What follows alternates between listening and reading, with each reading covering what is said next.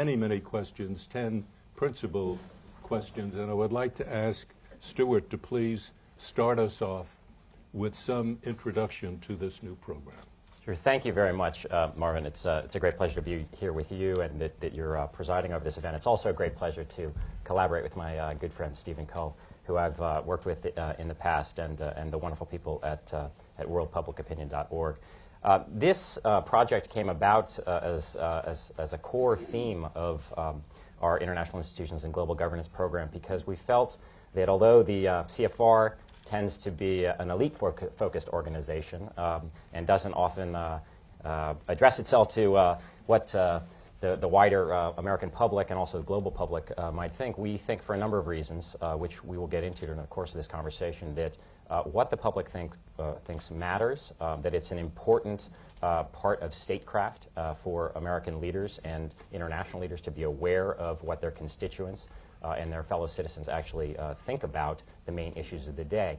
Now, the International Institutions and Global Governance program looks basically at the requirements for effective multilateral cooperation and in dealing with a range of global and transnational challenges. And as we started looking at some of the data, we didn't find any one-stop shop where you could actually find out what people around the world and in the United States felt about some of the major international institutions, nor about some of these major problems, ranging from terrorism to climate change, et cetera. And so we decided to create something its main value added is that it takes and integrates in a comprehensive way and frames in a comprehensive way existing polling data, brings it together, allows you to juxtapose what Americans think versus what citizenry around the world thinks, and perhaps tease out some differences where those exist.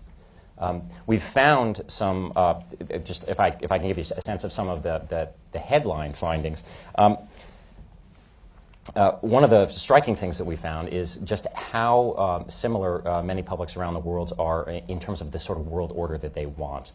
They're extremely multilaterally inclined. They believe in a world order based on international law. They believe countries should obey international law even if it goes against their national interest. They are strongly inclined to make the United States the United Nations a major bedrock of international order. They recognize that it has problems, but they strongly look to the United Nations and particularly the UN Security Council as the bedrock authority of international legitimacy when it comes to issues, for instance, of the use of force. In general, publics appear to be less sovereignty obsessed and less concerned about freedom of action for their own countries than you would imagine that then often is the conventional wisdom, and that the governments are themselves.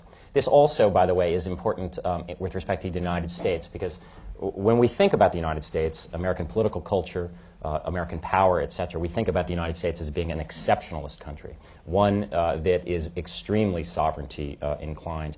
And when it comes to the data that we see, in most cases, that does not tend to be the case in terms of international law, in terms of the primacy that American public puts on the UN Security Council, for instance, in terms of the desire of the majority of American public to join the International Criminal Court, for instance. And so we think that these are important background things that need to be in policymakers' minds. I'm going to address the question of why policy practitioners should care about public opinion at home and abroad, particularly in regard to the question of international cooperation, global governance, and those kinds of issues. Another one is environmental standards and labor standards and trade agreements. Developing countries have taken the position, oh, we don't want that, that's an intrusion on our sovereignty, you're telling us what to do, you're trying to take away our comparative advantage. But in fact, large majorities of people in these countries, here's the labor standards, favor having those standards as part of trade agreements. And when they've done focus groups, they said, oh yes, we want the international community to put pressure on our government to enforce those laws about the environment. Okay, policy practitioners don't necessarily understand their own public as well as they think. We did a study together with the Chicago Council a few years ago where we had a group of leaders from the administration, from Congress, business community, and so on. And we not only asked them what they thought, but we asked them what they thought the public thought.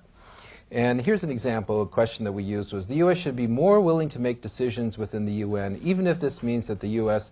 will sometimes have to go along with a policy that is not its first choice. Well, in fact, 66% of Americans agreed with that, as did almost 80% of all the leaders, except the Republican staffers.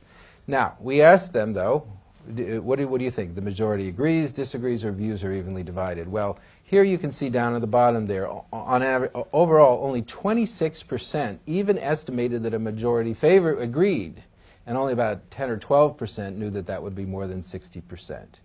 Andy Cohut at Pew came out with a poll this week. That's right. And Andy says for the first time in more than 40 years, a plurality, 49%, said the U.S. should mind its own business internationally. I had the impression looking at, again, last night, looking at this digest of polls, that you're suggesting significantly increased, maybe not increased, but significant support for the idea of an international effort, not just in Afghanistan, I'm not talking about that, but broadly speaking, that the American public's view is more generous toward the rest of the world than the recent Pew poll would suggest. Yeah, very much so. And it is, the initial headline does sort of grab one, but I would say that I think that personally speaking, that there was an overinterpretation of that poll question. The question also says the United States should go its own way in the world and not worry too much about what others think. There's also what others think. But then, there's two questions. One of them, they should mind its own business in the world and should not, and should sort of leave other countries alone. I read that question as being strongly framed by Afghanistan and Iraq. That's the second half of that question. And, there's no question, and how one interprets that 51% of Americans think that, that could easily be a sense of, look, we are so overextended. We're tired of Afghanistan and Iraq. We don't want to do nation building.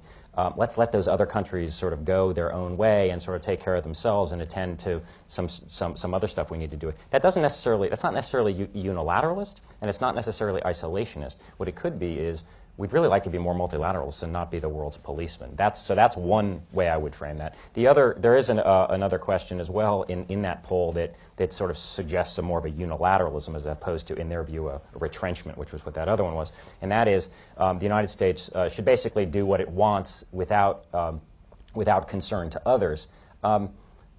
That then is qualified, however, by several other subsidiary questions, unless it really alienates our allies, and then support for that drops to like 25%. So again, it does depend on how you frame the question. I don't want to cast aspersions on the poll, particularly since this poll was partly sponsored by a CFR effort, the Pew poll. But I do want to emphasize that it is one data point, one effort. It has to be considered in the broader context. It does also show, interestingly, a continued modest decline in U.S. Attitudes towards a performance of the United Nations, and that is something also that we have found, is that there is a decline in the assessed performance of the United Nations, but not paradoxically at the same time, there's not a decline in the mission of the United Nations. There's a desire to strengthen and bolster the United Nations, and so you get the impression that it's not living up to its ideals. I don't know if that's very large majorities in that same poll say that favor the idea of strengthening the United Nations and emphasize working together with allies and being engaged in the world, but not being so dominant and things like that. So that's just another example of how things have to be put together into a larger tapestry, a larger context to really understand what they mean. But yes, there is a the meaning of the question can also change. What does "go your own way" mean exactly? And I think right now it's not so much that people want to be unilateralist as much as they are feeling some frustration with the form of the efforts that we have been making, and they're looking for a new approach. See, my impression of the digest, and I have not examined it that carefully, obviously, is that you're suggesting an America and a world open, enthusiastic, in fact, given some of the numbers, about internationalism, about an international approach, the legitimacy of the UN, all of that. And if the Pew poll is basically accurate. It is suggesting a different line entirely. So help me out on that. Which is accurate? Well, again, if you come back just to the Pew poll itself, you'll find a whole lot of numbers that point to support for engagement, support for multilateralism throughout that poll. There are some movements upward on these questions. There's a larger minority saying, responding to, yeah, we need to in some way pull back or in some way disengage, and I think that it's rooted in this dissatisfaction with the model of our engagement in the context of the war on terrorism. It was highly unilateral, with a big emphasis on the use of military force. People perceive it's not working very well, and so they're backing off of that. But if you look at the total picture, it's not that's not the only thing that's going on. No, it's not the only thing, but it's a very important factor. Absolutely.